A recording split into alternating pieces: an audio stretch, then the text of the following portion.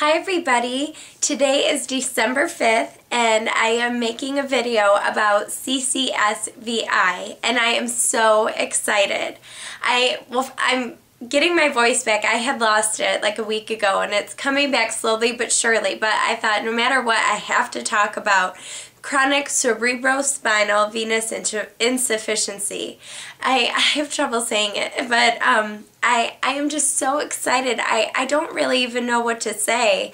I made a video about a week ago and I was trying to explain it, but I thought it would be silly of me to try to explain it to you because I actually don't have enough information, and I think everybody needs to watch Mark's videos. That he's Irish Bear 76.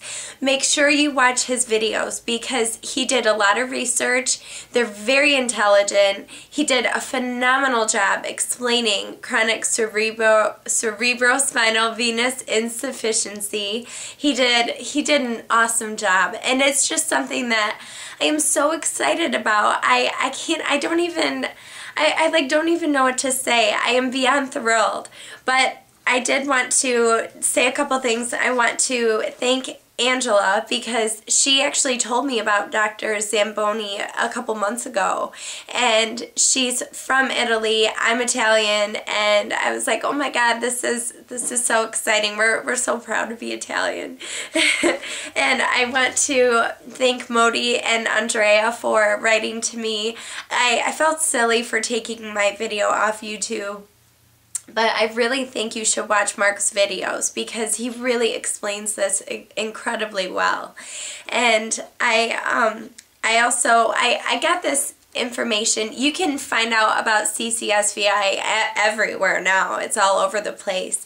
And I just wanted to talk about this really quickly. It's just a brief description that made a lot of sense to me. So just in case you're wondering, I'll do a quick description. And it talks about how stenosis or blockage in the jugular veins or the azygous vein have been found in all MS patients who have been tested. Everybody. And it says the blockages are not found in the normal healthy control groups nor in groups who have other neurological diseases. The blockages are not due to a plaque buildup. They are a vein malfunction. Some of the veins are twisted and some have been flattened or pancaked. The stenosed vein causes the blood to reflux into the brain, an attack on the blood-brain barrier. The blood-brain barrier. It's an attack. And if any of you, I know I have seen, I've been on Tysabri for over 2 years, and I've watched so many videos about the blood-brain barrier and how we have a problem with the blood-brain barrier. And I thought, well, that makes sense. The pancaked vein or the narrowing vein, it causes the blood to reflux into the brain, and that's an attack on the blood-brain barrier. And I thought, oh, okay, well, that makes sense. And then it says the immune system sees this as a foreign agent in the brain and sets off its attack, hence the lesions. And I was like, oh my gosh. I talked to my mom about this, and I'm so excited. I've been like crying and I'm not sleeping, and I'm like, this is unbelievable. And I thought, but I have lesions on my brain. I'm like, that's proven. I've seen my MRI. I know I have lesions. I said, so the vein and the blockage and the blood-brain barrier, I don't get it. And that totally describes why. I'll say it again. The narrowing vein, it causes the blood to reflux into the brain, and that's an attack on the blood-brain barrier. And the immune system sees this as a foreign agent in the brain, and it sets off its attack, hence the lesions. So that made a lot of sense to me. I thought, oh my God.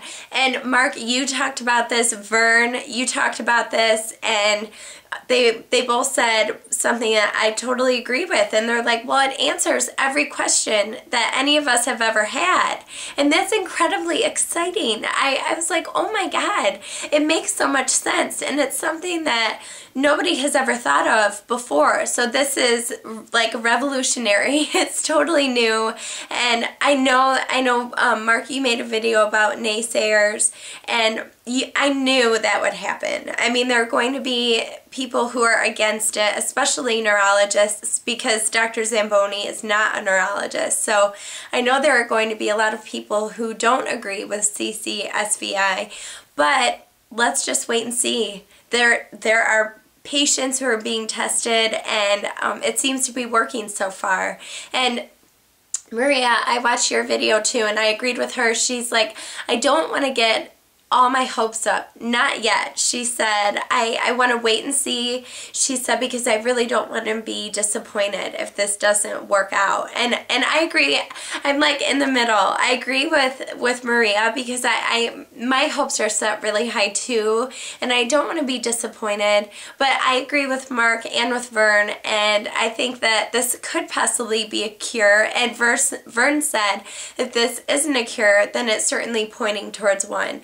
So I agree with everybody. I agree with Dr. Zamboni's findings, and I am so excited about this. And I can't wait to hear more information and see what happens. And regardless of what anyone says, proof is in the pudding. Like, we'll wait and see how the test results come back, and we'll see what happens. I'm like, I've been crying tears of joy. So I hope everybody, I hope that you're looking at this in a good way. It's a very positive thing, and I hope you're doing well. I will be talking to you soon, and oh my gosh, this is really happening. It's insane. Okay, I'll talk to you later. Bye.